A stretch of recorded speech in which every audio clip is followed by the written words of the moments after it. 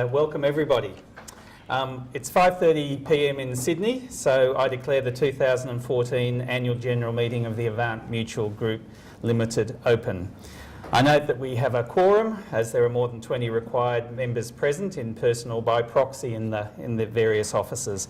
And I also note that this meeting is linked by video and telephone to our interstate offices, so members are able to watch the AGM either from our interstate offices and indeed via webcast from their own facilities. So I welcome you all to the 2014 AGM of the Avant Mutual Group Limited. It's my first AGM as chair of the Avant Mutual, and Avant and its predecessor organisations really have been part of my life and my bone marrow in my 40 years since I started my involvement with a medical career. And it's a great honour and privilege to have been appointed as the chair of this fine company and to speak to you in that capacity. I also ask you to show some forbearance with my learning and trainer wheels this evening. I'd like to extend a special welcome tonight to the current voting member directors of the Avant Mutual Board and also to the non-member directors of the board, and in particular to Mr Andrew Bolderman, who's the Chief Executive Officer of the Avant Mutual Group. It's Andrew's second AGM in his role at Avant.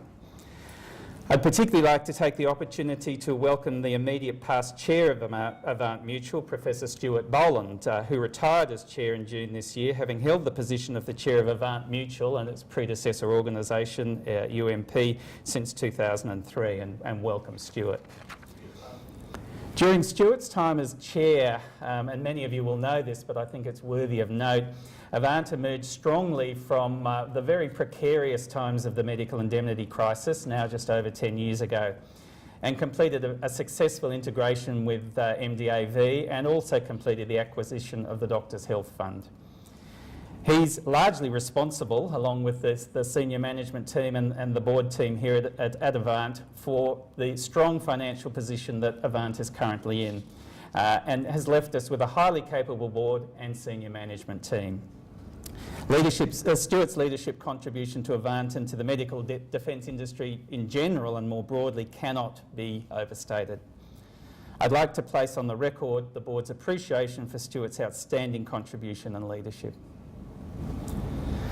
I also welcome the current and past chairs of Avant Insurance Limited, Peter Paulson and Vin Tozer, who join us today in the Melbourne office, and welcome to Peter and Vin.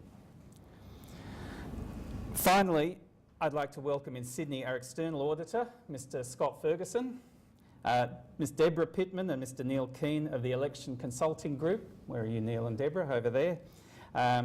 Who've assisted us with the conduct of the election of voting member directors.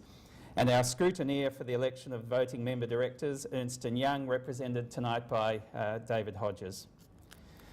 We have received a number of apologies. I don't intend to read them out, however they will be recorded in the minutes. In terms of standing orders, I confirm that the standing orders which were approved by members at the 2008 AGM and which set out the procedural rules for the meeting are available for inspection at each of the officers participating in this meeting, should anybody wish to avail themselves of that opportunity.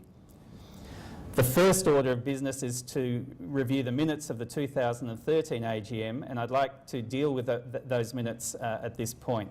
These are also available for inspection at each of the officers participating in this meeting.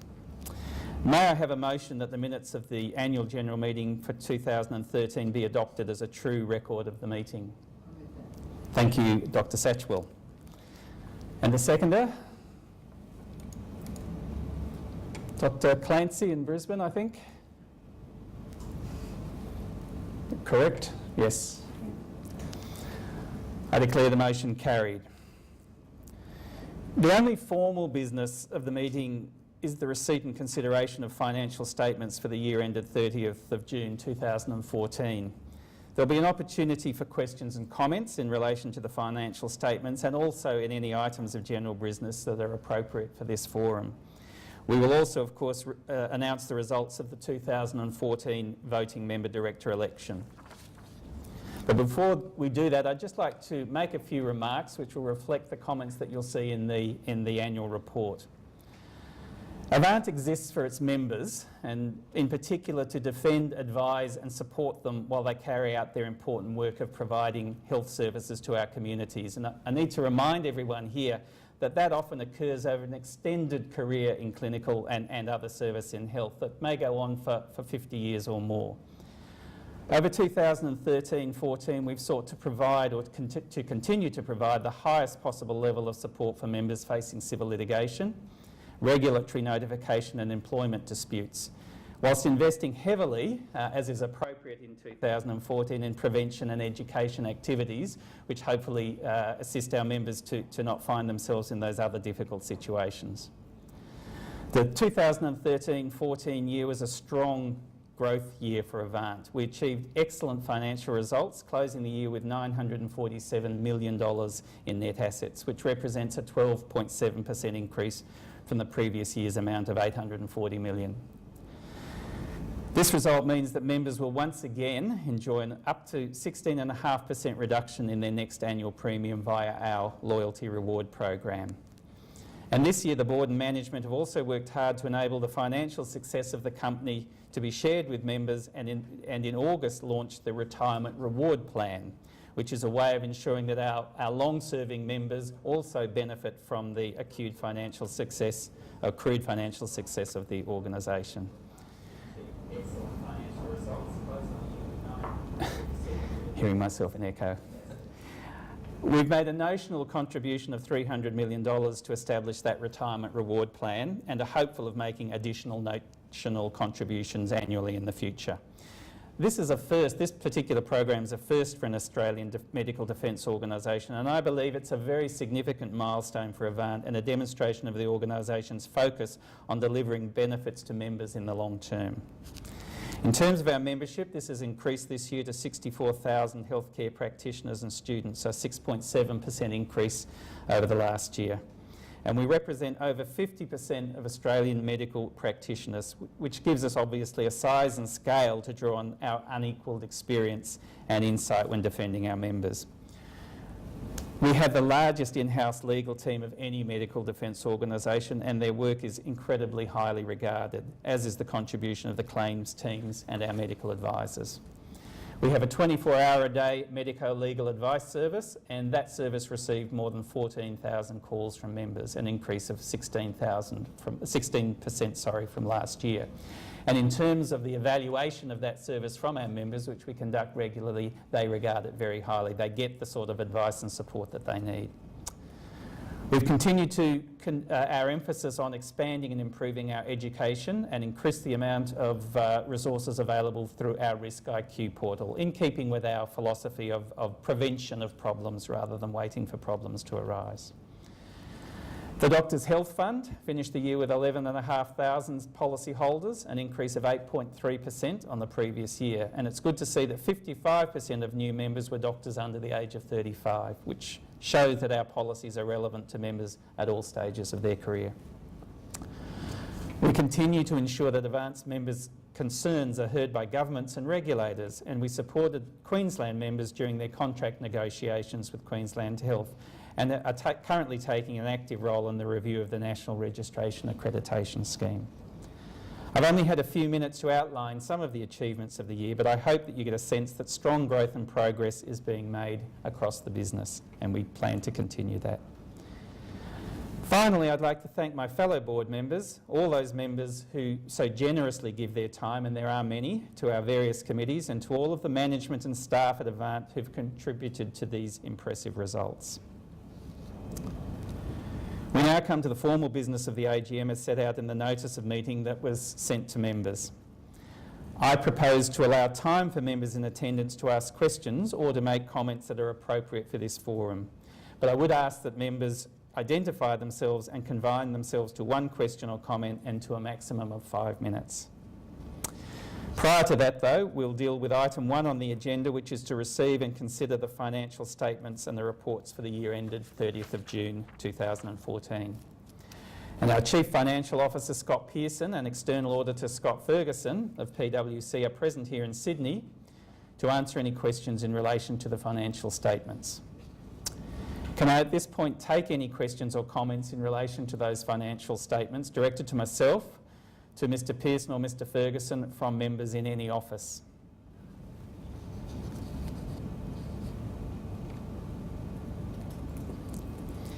If there are no questions, may I have a motion that the financial statements and reports be received and considered?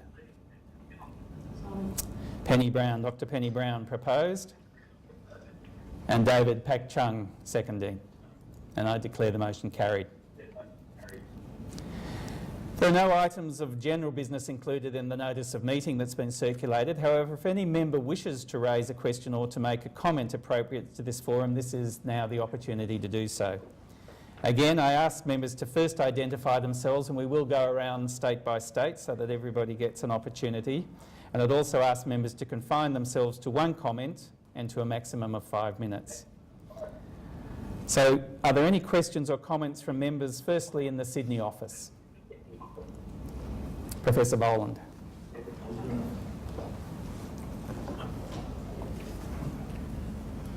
Thank you, Simon, for your generous welcome a few minutes ago, but I'd like to take the opportunity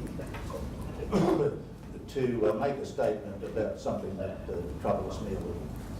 One of the major issues facing member-based organisations across Australia is to find an acceptable way within their constitutions and democratic processes where any member can and is encouraged to stand for a board position is to meet the common sense notion and contemporary good governance dictate that a board is required to be composed of directors who will collectively have the skills, experience and expertise to effectively govern and direct the organisation.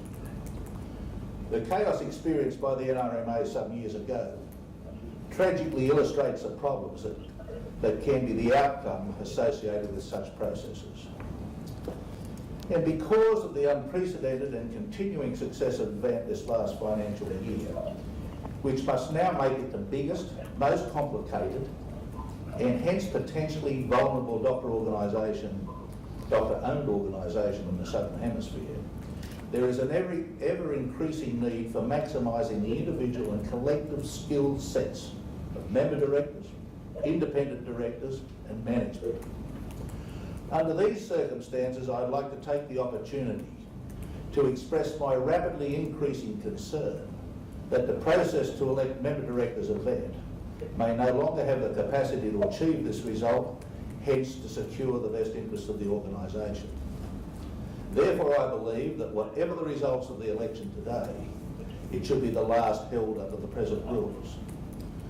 Mr Chairman, I was proposing to present a paper today in which I attempted to make the case in full for urgent change in the way directors are appointed to the board of Avant, rather than wait for a whole industry response in member-based organisation, which I believe inevitably will follow in the next couple of years. However, because of time constraints, and because I do not want to say anything today, even though unintended, that potentially may prickle sensitivities associated with the current election, the result of which is to be announced in a few minutes.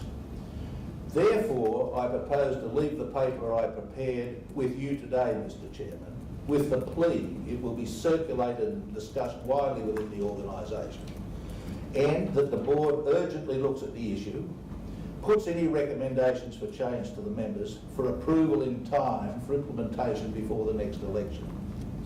To conclude, it is a privilege of membership to vote in and to stand for election as a member director, and all in the organisation, including potential candidates, need to be aware of the necessary blend of expertise, skills and personal attributes a member director must bring to the mutual board in order to properly govern and direct the organisation by exercising effective oversight over the whole group, including its regulated insurance companies, that is Avant Insurance Limited, regulated by the Australian Prudential Regulatory Authority, and the Doctors Health Fund, regulated by the Private Health Insurance Association Council. Also to assist in the development and in the sign-off of appropriate business strategy, and to provide continuity of corporate knowledge and awareness of membership aspirations. It is a no-brainer, at least to me, that the rules underpinning the process must be specifically geared to achieve this goal, as anything less leaves the mutual board in the untenable position of holding itself to a lesser standard than it expects of the independent directors and management. Thank you. Thank you very much for that, that comment, Professor Boland, and we look forward to receiving your full paper. Without commenting specifically, I think you raised some important points. The underlying principle of mutuality and the ability of any doctor to put, or member to put themselves forward for the board is one that I don't think any of us wish to see challenged. But we need to reconcile that with what I think is the contemporary view on excellent governance, which is where we make sure that people are aware of the skill sets that are required, and we have a job, I think, to inform and to make clear to people which are those skills. So thank you for that, and we'll certainly keep you, but also the general membership, informed of any changes in that process. The nominations committee, you may be aware, has been looking at that very issue in terms of board renewal for some months now. Thank you. Are there any other matters of general business from the Sydney office, or the New South Wales office, I should say? If not, are there any questions or comments from members in the Melbourne office?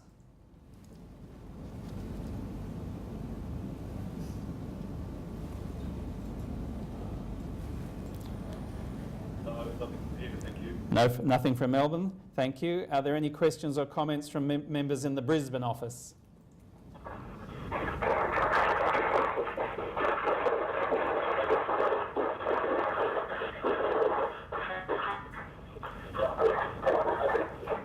Nothing?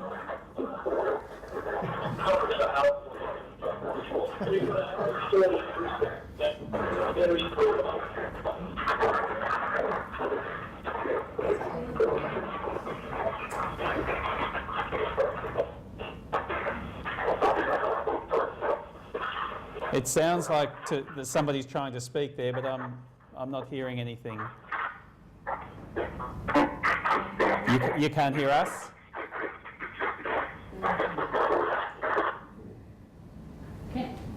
Is that clearer now? We've lost our static. Can I ask you then, are there any questions or statements from the Brisbane office? We've lost audio with Brisbane. We've lost audio, I'm afraid, at this stage. We'll come back. Any questions or comments from members in the Adelaide office? Thank you. No, thank you. And finally, any questions or comments from members in our Perth office? Nothing from Perth, Mr. Chairman. Thank you. Have we re-established audio with Brisbane at this stage? Yes, we can hear you, thank you. It's a little better now. Steve, can you make a comment? Yes, Steve? Thank you very much. I do apologise for the background noise, but you've got a house call. Right. The window. Look, very much thank you for the impact that you today for the meeting. Actually, I had to 100% endorse my colleagues' comments who were present about government and appropriate selection of directors. But the main reason I wanted to speak is, as I needed past frequent of the AMA, having observed that we're at a time in Australia when we do need to, a number of things come together. There's a reform, a review of our national registration system. We as a public want to make sure that the doctors who are treating them are actually properly educated, properly informed, and making the right decisions. We've got insurance, and this is a very good example of one that would like to preempt problems by making sure that we do treat people appropriately as well. And we've got colleges that are of a mind in sharing information much more about what they do and the quality of the work that's happening in this country. And we also have it occurs at a time when being chairman of VITA, I observed that we are now able to measure so many more things. We now have an individual health identifiers for our population. We have individual doctor identifiers, we have organisation identifiers, and we've also got terminology that we can now share. So we are going to a doctor in this country, so that GP.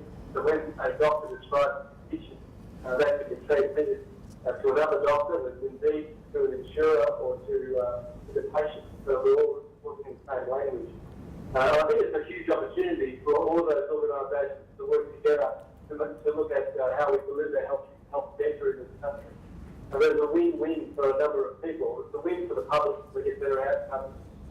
Win for insurers because the quality of care is better and minimise the risk for doctors being patients.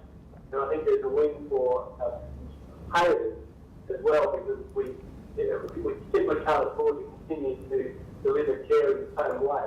And we do need to make sure that we participate in structural changes in our health system to make sure that we maximise the efficiency of the care we deliver. So it's an exciting time to be part of any of the large organisations that are for us all to work together.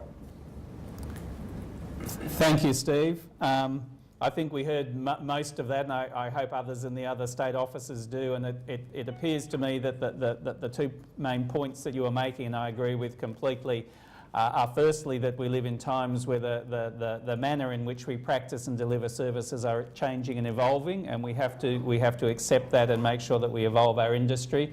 And secondly, that we have to make sure that we work collaboratively with all of the other stakeholders in the space. I hope that's a reasonable summary of the comments that you made, and I certainly endorse them, so thank you for that. It's now time to turn to the final item on the business agenda, which is the election of voting member directors. I confirm that the election of voting member directors of Avant Mutual has been conducted pursuant to the procedure for election adopted by the Avant Mutual Board. And this year, Election Consulting Group again assisted us in the postal and online voting process, and thank you again for that work. And Ernst & Young, of course, have acted as scrutineers. We thank you all for your assistance. Voting in this particular election closed at 5:30 p.m. on Tuesday the 18th of November. This year, Dr Jonathan Burden and Dr Jan Dudley will retire at the end of this meeting, meaning that there are two positions to be filled on the board at this election. Dr Burden and Dr Dudley are both standing for re-election. The geographical requirements of the Avant Mutual Constitution require that at least one, but no more than 3 voting member directors must be resident in each of Victoria, New South Wales and Queensland. And this means that this year only one candidate from Victoria may be appointed, as there are already 2 voting member directors from Victoria serving on the board. Each of the voting member directors will be appointed for a 3-year term. At this time, I'd ask our scrutineer, Mr David Hodges from Ernst & Young, to confirm that the election and the count have been conducted in accordance with the relevant rules. Thank you, Mr Chair. I can confirm that based upon our procedures, the voting and processes have been in accordance with the rules. Thank you very much. This year we had 9 voting members who put themselves forward as candidates, and I thank all of our candidates for doing so. This year, 3,569 votes were cast to exercise the important right to elect mutual board members. I've been provided with a report of the outcome of the election by Suzanne Barron, our Group Company Secretary. The number of votes received by each candidate in order of appearance on the ballot paper were as follows. Dr Jan Dudley from New South Wales, 866 votes. Dr Mark Colson from Victoria, 301 vote. Dr Danny Berrin from New South Wales, 135 votes. Dr Martin Bailey from New South Wales, 201 vote. Dr Daniel Heredia from Western Australia, 130 votes. Dr Steve Hambleton from Queensland, 785 votes. Dr Laurie Wolfe from Victoria, 163 votes. Dr Jonathan Burden from Victoria, 729 votes. And Dr Hung Nguyen from Victoria, 259 votes.